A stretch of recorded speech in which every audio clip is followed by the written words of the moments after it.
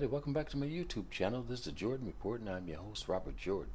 Everyone, please remember to like, subscribe, and share. Okay, guys, we're going to continue with the local news series. We're going to go throughout the country, paying attention to the Democrat cities through their local news, because there's no better way to keep track of the news on the ground than these people own local news. This happened tonight in New York City. With another weekend of gun violence in New York City, there have been at least 10 shooting incidents in the last 24 hours, the latest happening just hours ago in Queens. CBS 2's Corey James is live at that scene in Queens Village with more. Corey? And Alice, that shooting happened on the other side of this fence where there is a playground with swings and slides that are not too far from where those bullets went flying tonight. This Queens Village Park turned into a crime scene Saturday night as police investigated another shooting that killed a 33-year-old man. The clerk inside this deli across the street heard the gunshots and ran to lock the door. I feel not safe. I feel unsafe.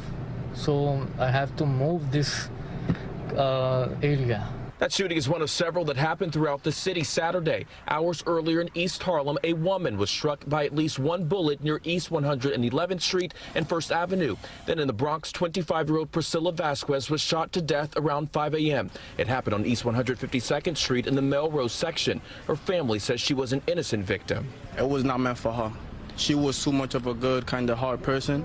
This scene in Bed-Stuy, Brooklyn shows gun violence is continuing to grow. It's where a 28-year-old man was also shot after midnight. Hours earlier in Coney Island, an Uber driver was shot in the stomach by a suspect he says was on a bike. The bad guys have increased. Brooklyn Borough President Eric Adams says the violence is getting out of control. He tells us he still has not seen the NYPD's plan to combat the problem. But they need to roll that plan out, and it needs to be a comprehensive plan that all of the community stakeholders and partners are aware of. I don't know about the plan they're doing. That is a problem. Queens District Attorney Melinda Katz is hoping people living in communities where violence is increasing will step up.